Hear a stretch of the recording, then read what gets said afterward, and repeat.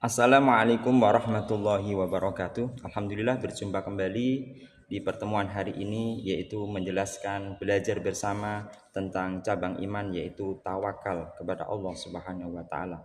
Semoga setelah kita belajar bersama, kita menjadi orang yang selalu tawakal, pasrah kepada Allah Subhanahu wa taala setelah kita berusaha. Amin ya rabbal alamin. Allah Subhanahu wa taala dalam surat At-Tolaq ayat 3 sudah berfirman, A'udzu billahi minasyaitonir rajim. Bismillahirrahmanirrahim. Wa yarzuqu min haitsu la yahtasib. Wa man yatawakkal 'alallahi fahuwa hasbuh. Innallaha balighu amrih. Qad ja'alallahu likulli syai'in qadra.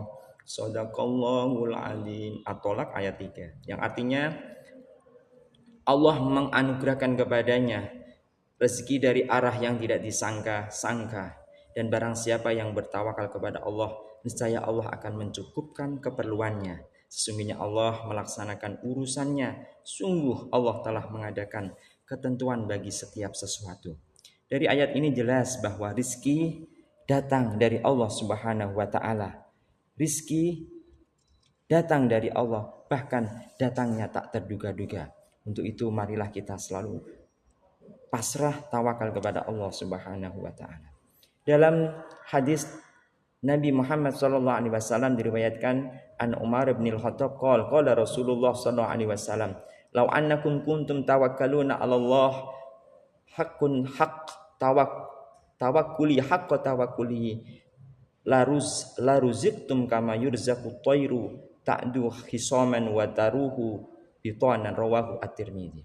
Yang artinya kurang lebih dari Umar bin Khattab, Rasulullah SAW bersabda, andaikan sungguh-sungguh bertakwa, andaikan kamu sungguh-sungguh bertakwa, bertawakal kepada Allah, sungguh Allah akan memberi kalian rezeki sebagaimana Allah memberi rezeki kepada burung-burung yang pergi dalam keadaan lapar dan kembali dalam keadaan kenyang. Ini membuktikan bahwa usaha yang kita lakukan dengan sungguh-sungguh pasti Allah akan memberikan upah kepada kita seperti burung-burung yang pergi dalam keadaan lapar, pulang ke sangkarnya dalam keadaan kenyang. Tawakal kepada Allah pengertiannya yaitu berserah diri kepada Allah atas segala hasil setelah berusaha dengan sungguh-sungguh dan berdoa. Ingat catatan, tawakal tidak harus berpasrah diri dulu, tapi yang pertama syaratnya tawakal yang pertama adalah satu, berusaha. Setelah berusaha bersungguh-sungguh, setelah bekerja, setelah belajar dan berdoa dengan khusyuk, setelah itu baru berserah diri kepada Allah Subhanahu wa taala.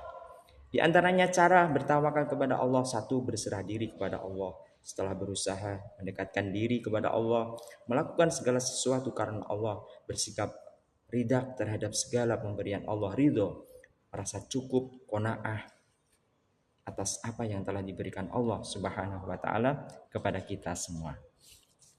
Ciri-ciri orang yang bertawakal, apakah kita ini sudah termasuk orang yang bertawakal? Satu, kalau kita mengalami kegagalan, bersabar.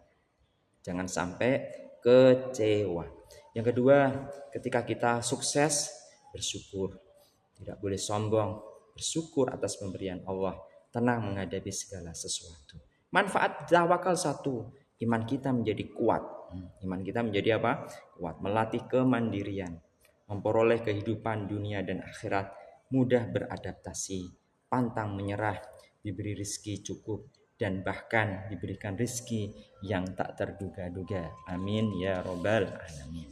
Di antaranya contoh tawakal banyak sekali, di antaranya dalam kehidupan sehari-hari ketika kita dalam keadaan sakit, kita berusaha untuk berobat ya, baik secara zahir maupun batin, dan akhirnya kita pasrahkan kepada Allah Subhanahu wa taala. Itulah contoh tawakal yang perlu kita realisasikan. Kalau kita menjadi pelajar, berarti kita sungguh-sungguh dalam belajar, dan setelah itu kita pasrahkan kepada Allah Subhanahu wa taala cita-cita kita. Amin ya rabbal alamin. Kesimpulan dari pertemuan di pagi hari ini, yaitu membahas tentang cabang iman kelas 10, Kesimpulannya, setiap umat Islam harus mempelajari dan menerapkan cabang-cabang iman, terutama mahabbah, cinta kepada Allah, khauf, takut kepada Allah, roja, harap kepada Allah, tawakal, pasrah kepada Allah.